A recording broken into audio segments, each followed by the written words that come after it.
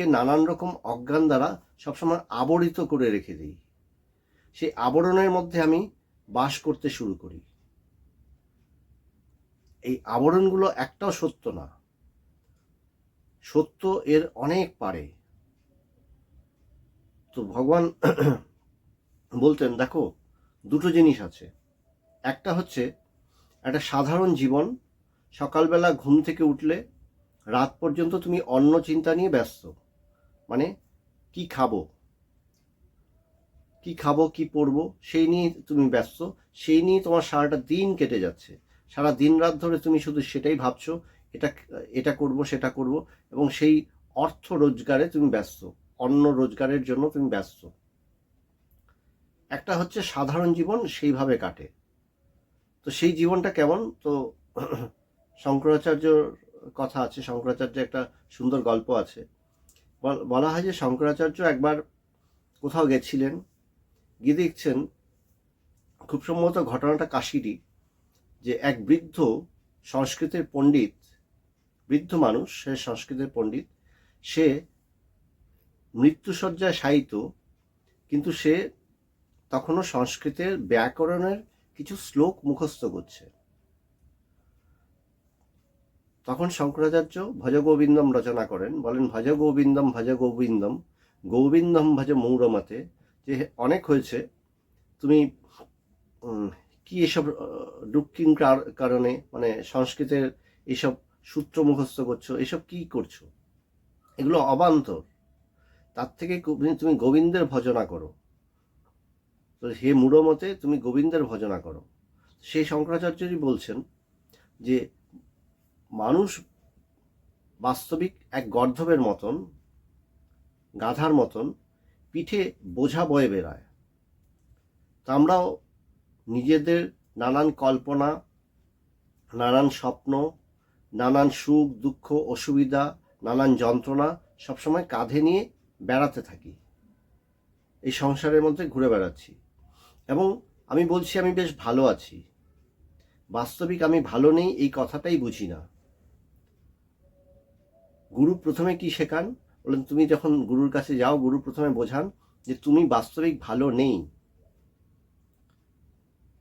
তখন তুমি একটু একটু করে রিয়েলাইজ করো যে ঠিকই তো, আমি এতদিন যেটাকে ভালো বলে মনে করতাম সেটা তো বাস্তবিক আমি ভালো নেই। যেমন ভগবান এই কথাটা গল্পের ছলে বলতেন এইভাবে, বেনারসে দশাশ্রমের ঘাটের পাশে অনেক কুষ্ঠরোগী বসে থাকে, এখন অবশ্য প্রায় নেই। আগে এরকম প্রচুর কুষ্ঠরোগী লাইন ধরে বসে থাকতো। তারা কুষ্ঠরোগীটা রোগটাকে সারানোর দিকে তাদের কোনো নজরই ছিল না, তারা চাইতেও না তাদের রোগটা সেরে উঠুক। কেন? ওইভাবেই তারা, ওই জীবনটাই তাদের কাছে সহজ। তাদের অঙ্গগুলো আস্তে আস্তে ক্ষয়ে যাচ্ছে, মাংসপেশিগুলো পচে যাচ্ছে, গলে যাচ্ছে, হাড়গুলো গলে যাচ্ছে, তাতে কিছু আসে যায় না, ভিক্ষা তো জুটছে। বলে ঠিক তেমনি ভগবান বলতেন যে ওরা ওষুধ নিতে চায় না, ওই কুষ্ঠরোগিনী রোগটাকেই সহজ স্বাভাবিক করে সেভাবেই বেঁচে থাকতে, তারা বেঁচে থাকাটাকেই তারা সাধারণ বলে মেনে নিয়েছে, স্বাভাবিক বলে মেনে নিয়েছে। বলে ঠিক তেমনি আমরাও আমাদের অজ্ঞান আশ্রিত এই যে জীবন, এই জীবনটাকেও আমি সাধারণ বলে মেনে নিয়েছি, স্বাভাবিক বলে মেনে নিয়েছি। এগুলোর একটাও সত্য না। সত্য কি? তো এখানেই হচ্ছে বেদান্তের বিষয়।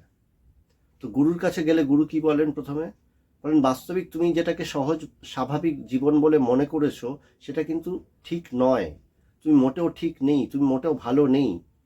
কি কেমন আছো? ভালো আছি। বলে মোটেও ভালো নেই। তাহলে অজ্ঞান আশ্রিত জীবন, এক বদ্ধ জীবন কি করে ভালো হয়? একটা পাখিকে খাঁচায় বন্দি করলে, খাঁচার মধ্যে রোজ তুমি তাকে ভালো ভালো খাবার দিচ্ছ, সে পাখিটা মনের আনন্দে খাচ্ছে, পাখিটা ওইখানেই বসে আছে, ওটাকেই সে নিজের ঘর বলে মনে করে। বলে পাখিটার ঘর ওটা নয়, আকাশই তার ঘর।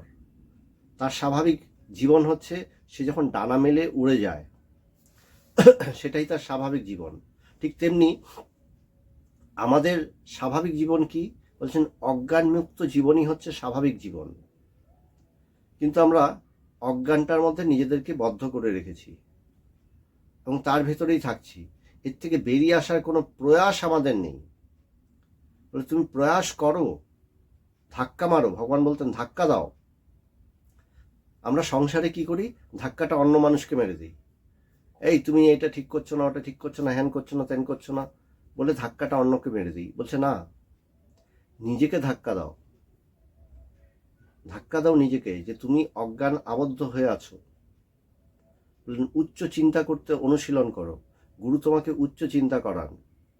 প্রথমে তোমাকে সহজ ভাষায় শেখানো হয় যে দেখো, তুমি তো ভালো আছো, তুমি বলছো ভালো আছো, ঠিক আছে, এই শীতকাল এসছে, 5টা কম্বল দাও, 5টা মানুষ একটু কম্বল পাক। তোমার সামর্থ্য আছে, তুমি বললে ঠিক আছে 5টা দিতে পারবো না, 2টো দেবো। বললেন দাও। দুর্গাপূজা আসছে, 2টো কাপড় দাও। বললেন 2টো দেবো না, 1টা দেবো, দাও। এই করতে করতে কি হচ্ছে, আমি পরিবর্তন হচ্ছে, আমার হৃদয় বৃত্তিটা জাগছে। প্রথম প্রথম এরকমভাবেই জীবনগুলো শুরু হয়। ভগবান যেমন, আমরা যখন ছোটবেলা গেছিলাম, ভগবান আমাদেরই এক গুরু ভাইকে বলেছিলেন যে রোজ তো টিফিন নিয়ে স্কুলে যাস, নিজে মা ভালো ভালো টিফিন বানিয়ে দেয়, সে টিফিনটা খাস, পয়সা আছে, চাইলে তুই আরো 10টা লোককে খাইয়ে দিতে পারবি, কিন্তু নিজের ভাগের থেকে সেই টিফিন বক্স থেকে খাবারটা, অর্ধেক খাবারটা কোনো একটা গরিব মানুষকে খাইয়ে দেখিস তো। ওই যে ছোট্ট ঘটনা, সে চাইলে তার থেকে বলছিল সে যে আমি 2টো স্যান্ডউইচ সেদিন টিফিনে নিয়ে গেছিলাম। তা একটা স্যান্ডউইচ, একটা ছোট্ট রাস্তার পাশে যে জিপসিরা থাকে, তা ওইরকম একটা জিপসি বাচ্চাকে একটা স্যান্ডউইচ দিয়েছি আমার টিফিন বক্স খুলে। আমি একটা স্যান্ডউইচ খেয়েছি। ওই ঘটনা আমার জীবন পাল্টে দিল। আমি সেদিন বুঝতে শিখলাম যে ভগবান কি শেখাতে চাইছেন। তার কাছে পকেটে পয়সা ছিল, সে চাইলে আরো 10টা কিনে দিয়ে দিতে পারতো। বলছে না, বস্তুটা ইম্পর্টেন্ট না, ভাবটা বেশি ইম্পর্টেন্ট। তুমি কতটা ফিল করছো, অনুভব করছো। আমরা এই সংসারটাকেই অনুভব করতে ব্যস্ত, এই সংসারটাকেই সবসময় অনুভব করি, এই সংসার নিয়েই আমাদের সমস্ত চিন্তা ভাবনা। বলছে না, গুরু বলছেন এগুলো একটাও সত্য না। সংসারকে তুমি যেভাবে অনুভব করছো, যা তুমি সংসার নিয়ে ভাবছো, এই ভাবনাগুলো একটাও সত্য না। পাল্টাও নিজেকে, নিজেকে সম্পূর্ণভাবে পাল্টে নাও। তুমি সম্পূর্ণই আলাদা, তুমি মুক্ত, স্বাধীন, তুমি পবিত্র। কিন্তু নিজেকে আমরা সাধারণত পবিত্র বলে ভাবতেই পারি না। আমি সত্য স্বরূপ, এই কথাটা আমরা ভাবতেই পারি না। যেই আমি ভাবি আমি সেই সত্য স্বরূপ, তখনই ভাবি যে না, আমার মধ্যে তো অনেক মিথ্যা আছে। যেই আমাকে বলা হয় তুমি পবিত্র স্বরূপ, তখনই আমি ভাবি যে তাই তো, আমার মধ্যে তো অপবিত্রতা আছে। বলে দেহগতভাবে অপবিত্র, মনের দিক থেকেও তো আমরা নানান কিছু নিয়ে বসে থাকি মনের মধ্যে, যে আমার মনটাও অপবিত্র হয়ে থাকে। আমি দেহ মন দুটোতে সবসময় অপবিত্রই থাকব। যেহেতু দেহ এবং মন আমি নই, তাই আমি চিরপবিত্র। সেটাই আমার বাস্তবিক স্বরূপ। আমি চিরপবিত্র, বাস্তবিক আমি সদা তৃপ্ত। আমার কোনো কামনা নেই, আমার কোনো চাহিদা নেই, আমি সবসময় তৃপ্ত, নিজেই নিজেতে তৃপ্ত। দেহের চাহিদা দেহের, মনের চাহিদা মনের, তার সাথে আমার কি সম্পর্ক? এই কথাটাকে এইভাবেই অনুভব করতে হবে। দেহের খিদা লেগেছে, দেহের প্রয়োজনে, দেহে যখন শক্তির অভাব হয়, তখন খিদা রূপে আমাদের কাছে জানান দেয় যে খিদা লেগেছে। আসল কথা কি, তো সহজ ভাষায় বললে, যে গাড়ি চলছে, গাড়ি চলতে চলতে তেল ফুরিয়ে আসছে। যখন তেল ফুরিয়ে আসছে, তখন আমরা বলি পেট্রোল পাম্প যেতে হবে, তেল ভরতে হবে। বলে ঠিক তেমনি খিদে লেগেছে মানে শরীরে এনার্জি কমে যাচ্ছে, তাই আমার খিদে লেগেছে।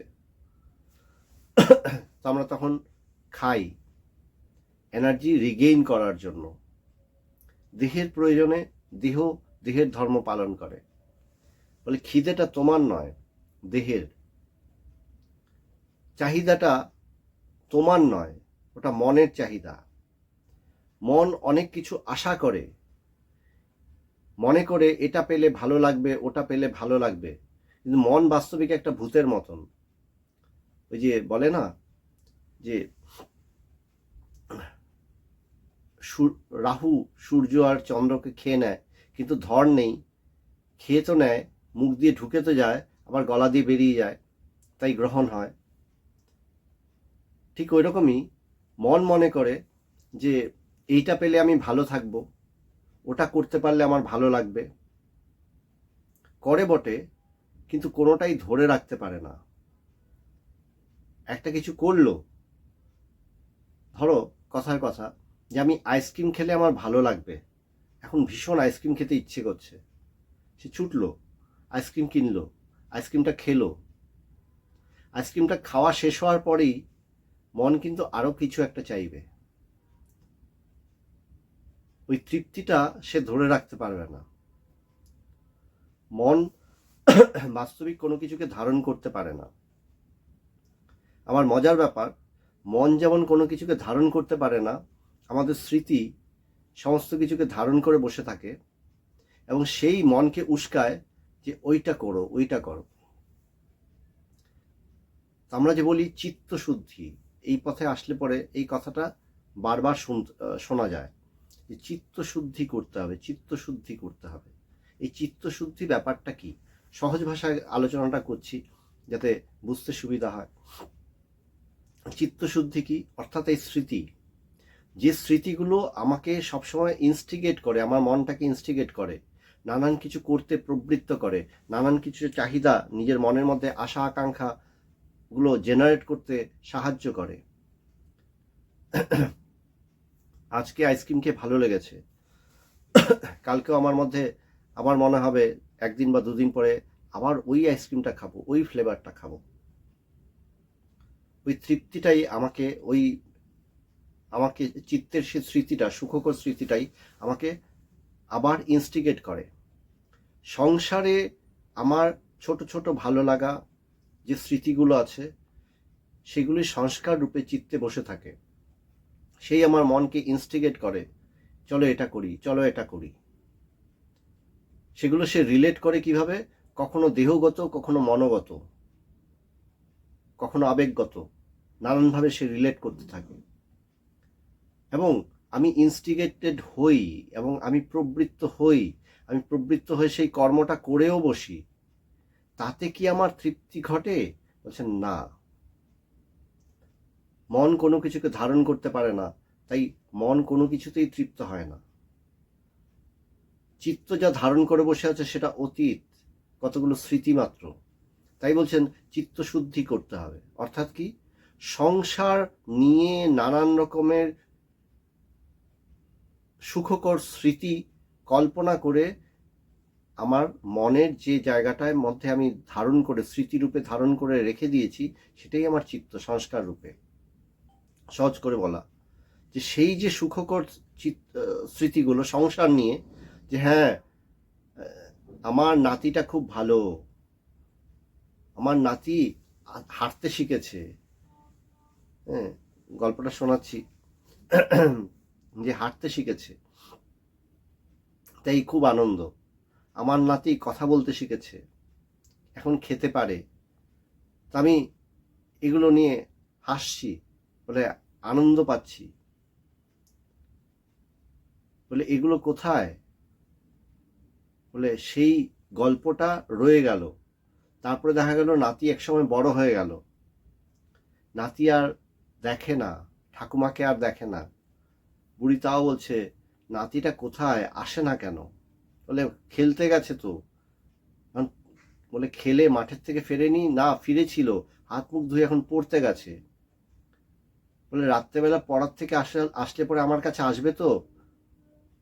বলে না, ও তো পড়ার থেকে ফিরেছে, ফিরে খেয়ে ক্লান্ত হয়ে খেয়ে দিয়ে ঘুমিয়ে পড়েছে, সকালবেলা স্কুলে যেতে হবে। ঠাকুমার সাথে নাতিরা দেখা হয় না, ঠাকুমা কিন্তু তাও নাতি নাতি করে যাচ্ছে। জীবনের এগুলো বাস্তব চিত্র। বলে কি হয়, আমি কিছু সুখকর স্মৃতি কল্পনা করি, মনটাকে প্রবৃত্ত করি, বলে কোনো কিছুই তুমি থাকবে না, কোনো কিছুই রাখতে পারবে না, একটাও একটাও তোমাকে তৃপ্তি দেবে না। তাই তোমার চিত্তশুদ্ধি দরকার। অর্থাৎ কি, এখন নতুন করে তুমি দেখো, সমস্ত এই স্মৃতিগুলোকে সরাও, মনটাকে পরিষ্কার করো। দেখো, নির্মল জল, তোমার ভেতরটা যখন নির্মল হবে, সমস্ত স্মৃতিগুলো তুমি সরিয়ে দেবে, সেইখানে দেখবে তোমার ভেতরে একটা পবিত্রতা, তৃপ্তি, দিব্যতা স্বতই জাগরিত হচ্ছে, স্বয়ং প্রকাশ, সেটা ভেতরেই আছে। যখন আমি সমস্ত স্মৃতি সরিয়ে দেই, যখন আমি সমস্ত আশা আকাঙ্ক্ষা সরিয়ে দেই, আমার মনের মধ্যে কোনো আশা আকাঙ্ক্ষা নেই, কোনো অতৃপ্তি নেই, কোনো চাইবার মতন বা পাওয়ার মতন কোনো কিছু নেই আমার, আর যখন কোনো কিছু নেই, তখনই আমি ভেতরে তৃপ্ত, ভীষণভাবে তৃপ্ত। বলে ওই জায়গাটায় দাঁড়াতে হবে, নিজেকে স্থির করতে হবে যে ওখানে আমি দাঁড়াবো, চিত্ত শুদ্ধি করছি। একটা পুষ্করিণীর মধ্যে কচুরিপানায় ভরে গেছে, জলটা পর্যন্ত দেখা যাচ্ছে না, শুধু কচুরিপানা দেখা যাচ্ছে। কচুরিপানাগুলোকে আস্তে আস্তে সরানো হলো, তখন পরিষ্কার নীল জলটা দেখা যাচ্ছে। সেই জলের মধ্যে সূর্যের আলোটা পড়ছে, চিকচিক করছে। বলে তুমি সমস্ত আনন্দ তৃপ্তিগুলো ওখান থেকেই আসে। মনের মধ্যে যদি দেখবে, আমাদের ভেতরে অনেকেই আছে এরকম, সমাজের চারিদিকে তাকালেই দেখতে পাবে, সব কিছুই আছে তার জীবনে, কিন্তু সে কোনো কিছুতেই তৃপ্ত হয় না, সে হাসতে পারে না, সে আনন্দ করতে পারে না, তার অভাব বলে কিছু নেই, সব আছে, কিন্তু সে পারে না। কেন পারে না? পারে না তার কারণ, তার দোষটা কি? বলে চিত্তটাকে ওই কচুরিপানার মতন পুষ্করিণীটা ভরে গেছে, জলের দেখা নেই, ভিতরে এত কিছু ভরিয়ে রেখেছে যে জলের দেখা পাওয়া যাচ্ছে না। তাই চিত্ত শুদ্ধি করতে হবে। চিত্ত শুদ্ধি হবে কি করে, উপায়টা কি? তো ভগবান বলতেন, উচ্চ চিন্তা করতে থাকো, ঈশ্বরের কথা ভাবো, গুরুর কথা ভাবো, মানুষকে একটু ভালোবাসা দেওয়ার চেষ্টা করো, মানুষকে একটু বোঝো। আমি যে নিজেকে ছেড়ে অন্য একজনকে বুঝতে যাব, অন্য একজনকে বুঝতে যাব কিরকম ভাবে, বলে ভালোবাসাটা শেয়ার করো, অজানা অচেনা মানুষের সাথে ইন্টারেকশন করো। তাতে কি হবে? ক্ষণিকেরই ইন্টারেকশন, কিন্তু তার যে ভালোবাসার স্পর্শটা তুমি করলে, বাস ওইটুকুই। তোমার টিফিনটা শেয়ার করা হলো, বলে তুমি কাউকে কিছু খাইয়ে দিলে, বলে ওইটুকুই।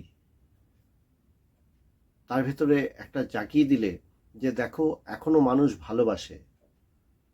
তুমি নিজেও তোমার ভালোবাসাটা, তোমার হৃদয় বৃত্তিটা অনুভব করলে, তুমি নিজেও ফিল করলে আরেকটা মানুষ আছে, সেই মানুষটাকে ভালোবাসা যায়, তুমি নিজের ভালোবাসাটাকে অনুভব করলে। ওই করতে করতে কি, সেখানে কোনো প্রত্যাশা নেই, বিনিময়ে আমি কিছু পাবো না, তার সাথে আর দেখাও হবে না, সেখানে কোনো প্রত্যাশা জন্মায় না। তার ফলে কি, কোনো স্মৃতি আমার ভেতরে তৈরিও হবে না। শুধু কি থেকে যাবে, বলে ওই যে একটু অনুভব, ওই অনুভবটা থেকে যাবে, যে তৃপ্তি। একজন মানুষকে ভালোবেসে, বা একজনকে আমি খাইয়েছি, বসিয়ে খাওয়ালাম যত্নের সাথে, খাওয়াতে গিয়ে যে তৃপ্তিটা, যে মানুষটাকে খাইয়েছি তার মুখের চেহারাটাও হয়তো আমি ভুলে গেলাম, কিন্তু যত্নের সাথে বসিয়ে খাইয়েছি, ওই তৃপ্তিটা থেকে যাবে। এইভাবেই ধীরে ধীরে ছোট ছোট কাজের দ্বারা আমাদের চিত্তশুদ্ধিটা হয়। বলে বিচার করো, বিচার অর্থাৎ তুলনা করো, নিজের মনটাকে অনেক বেশি কচুরিপানা দিয়ে ভরিয়ে দিও না। সরাও। যখন দেখবে আমি ভেতরটা ফ্রি করছি, সব সরিয়ে দিচ্ছি, তখন দেখবে ভেতরটা আস্তে আস্তে পাল্টে যাচ্ছে। বলেন সেই সাথে কি বলেন, উচ্চ চিন্তা করতে থাকো, অর্থাৎ সৎ চিন্তা করো, ভগবানের কথা ভাবো, জীবনে রোজ ভাবো যে আমাকে কিছু করতে হবে, ভগবানের জন্য কিছু করতে হবে। বলে নিজের জন্য করতে গেলেই আমি দেহগত মনোগত করে নিই, আমার মনের চাহিদা পূরণের পিছনে ছুটি, আমার দেহের চাহিদা পূরণের জন্য করি।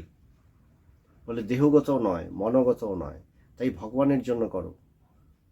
তিনি পবিত্র স্বরূপ, তার জন্য যখন করতে যাব তখন আমাকেও পবিত্র হতেই হবে। সবাই মন্দিরে যখন দর্শন করতে যায় তখন কি করে, সবাই স্নান টান করে শুদ্ধ কাপড় পরে যায়, অর্থাৎ পবিত্র করে যায়।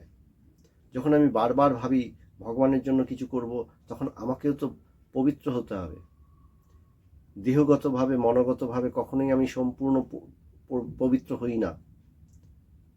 পবিত্রতাই আমার স্বরূপ। তাকে চিন্তা করে, তাকে ধ্যান করে বাস্তবিক আমি পবিত্র হয়ে উঠি। তখন বুঝি আমি দেহ নই, আমি মন নই, আমি বুদ্ধি নই, আমি এই চিত্তও নই, আমি এই সমস্ত কিছুর পারে। আমার যে অহংকারটাতে আমি করি, এই অহংকারটাই বাস্তবিক সেই কচুরিপানাগুলোকে ধরে রেখেছে। সেই অহংকারটা তখন ডাইলিউট হয়ে যায়, ভক্তির দ্বারা ডাইলিউট হয়ে যায়, সমর্পিত হয়ে যায়। সে তখন সমর্পিত হয়, সে তখন ভগবানের কথা ভাবে, সে অভ্যাস করে, তার পুরুষকার তৈরি হয়, সে তখন সচেষ্ট হয়, কনসিয়াসলি সে চেষ্টা করে যে তাই তো আমার এবার ভগবানকে ভালোবাসতে হবে, ভগবানের জন্য কিছু করতে হবে। বলে এটাই তো পুরুষকার। ভগবানের জন্য তুমি কি করবে? তিনি তো সব কিছু। বলেন তুমি আলাদা করে কি করবে? বলে এই যে প্রচেষ্টা, বলে তোমার ভেতরের যে গুণ আছে সেই গুণগুলোকে ব্যবহার করে তুমি তার দিকে শুধু এগিয়ে চলো, দেখবে তোমার গুণগুলোই বিকশিত হয়। আমি যখন পূর্ণরূপে বিকশিত হব তখনই তো আমি যোগ্য হচ্ছি তাকে সাজিয়ে তোলার। এইভাবে ভাবো, একটা গাছে ফুলের কড়ি এসছে, কড়িটা পূর্ণতা প্রাপ্ত কি, ফুলটা পুরোপুরি খুললো, ফুটে উঠলো। যখন ফুলটা পুরোপুরি ফুটে ওঠে তখন সেই ফুলটা ঈশ্বরে নিবেদিত হয়, ঈশ্বরের কাছে নিবেদিত হয়। বলে ফুটে উঠেছে। বলে ঠিক তেমনি আমাকেও নিজেকে ফুটিয়ে তুলতে হবে। আমি ঈশ্বরের কখন হব? আমি তখনই হব যখন নিজেকে আমি সম্পূর্ণ ফুটিয়ে তুলব। যতক্ষণ পর্যন্ত আমি নিজেকে সম্পূর্ণভাবে ফুটিয়ে তুলতে পারছি না, ততক্ষণ পর্যন্ত হচ্ছে না। আমাকে ফুটিয়ে তুলতে হবে নিজেকে, নিজের ভক্তির পরাকাষ্ঠা লাভ করতে হবে, আমাকে জ্ঞানের পরাকাষ্ঠা লাভ করতে হবে, সেই জায়গায় পৌঁছাতে হবে, নিজেকে ফোটাতে হবে। এই যে সচেষ্ট প্রয়াস, এই সচেষ্ট প্রয়াসের নামই সাধনা। এই সচেষ্ট প্রয়াসটাকেই পুরুষকার বলা হয়। এই পুরুষকারটা দৃঢ় হতে হবে, যেন আমাকে করতেই হবে। ফলে আমার শরীর, আমার মন, আমার সমাজ, আমার পরিবার, সমস্ত কিছু, এই প্রকৃতি, বিশ্ব প্রকৃতি সবাই যদি বাধার সৃষ্টি করে, তাও আমাকে থামানো যাবে না। আমি অদম্য, আমাকে আটকানো যাবে না। আমি চলবো, আমি নিজেকে বিকাশ ঘটাবই, নিজেকে সম্পূর্ণরূপে প্রকাশিত করবই। এটা অহংকার দ্বারা নয়, প্রচার দ্বারা হয় না। প্রচার দ্বারা, নিজের আত্মপ্রচার দ্বারা যেটা করে সেটা অহংকার করে। সে নিজের মনের চাহিদা পূরণের জন্য করছে। বলে আমি আমার মনের কোনো চাহিদা পূরণের জন্য করছি না, আমি শুধু পবিত্রতম ভগবানের জন্য করছি, ভগবানের উদ্দেশ্যে করছি। আমি শুধু তার সাথে, সেই প্রেমময়ের সাথে আমার সম্বন্ধ তৈরি করার জন্য করছি। আমি জানি তিনি পবিত্র স্বরূপ, তাই আমাকেও সেই পবিত্র স্বরূপ হয়ে উঠতে হবে। তিনি তৃপ্ত, তার কোনো অভাব নেই, তার জন্য কিছু করার নেই। কিন্তু ভক্ত সবসময় সচেষ্ট। ভক্ত সচেষ্ট কেন? বলেন ভগবান এমনি সুন্দর, তাকে তুমি ফুল দিয়ে সাজাও আর নাই সাজাও, তিনি এমনি সুন্দর। ভগবান বলতেন একটা কথা, দেখ, বলে আমি শিবকে ভালোবাসি, কেন জানিস? শিবের মাথায় তুই দুধ ঢাললি, জল ঢাললি, বেলপাতা চড়ালি, ফুল দিলি, সব দিলি, মুহূর্তের মধ্যে সব পরিষ্কার করে দেওয়া হয়, সব সরিয়ে দেওয়া হয়। শিব স্থির, একাকী, কিছুই তিনি গ্রহণ করেন না, তিনি সবই গ্রহণ করছেন। হ্যাঁ, দেখেছো কখনো শিব মন্দিরে গিয়ে দেখবে শিবকে ভোগ চড়ানো হচ্ছে, হয়তো খিচুড়ি নিয়ে আসলো, খিচুড়িটা শিবলিঙ্গেই ঢেলে দেওয়া হলো, তারপরে তরকারিটা শিবলিঙ্গেই ঢেলে দেওয়া হলো, এইভাবে শিবের ভোগ চড়ে। বলে হালুয়া বানানো হয়েছে, হালুয়াটা শিবের উপরেই ঢেলে দেওয়া হলো, বলে সব পরিষ্কার করে দেওয়া হলো পর মুহূর্তে। শিব সবই গ্রহণ করছেন, কিন্তু তিনি কিছুই গ্রহণ করছেন না। বলে আমি প্রকাশিত হলাম, আমি নিবেদিত হলাম তার চরণে। যখন পূর্ণ প্রকাশিত হবে তখনই আমি ঠিকভাবে সমর্পিত হব, নিবেদিত হব। তার চরণে নিবেদিত হলাম।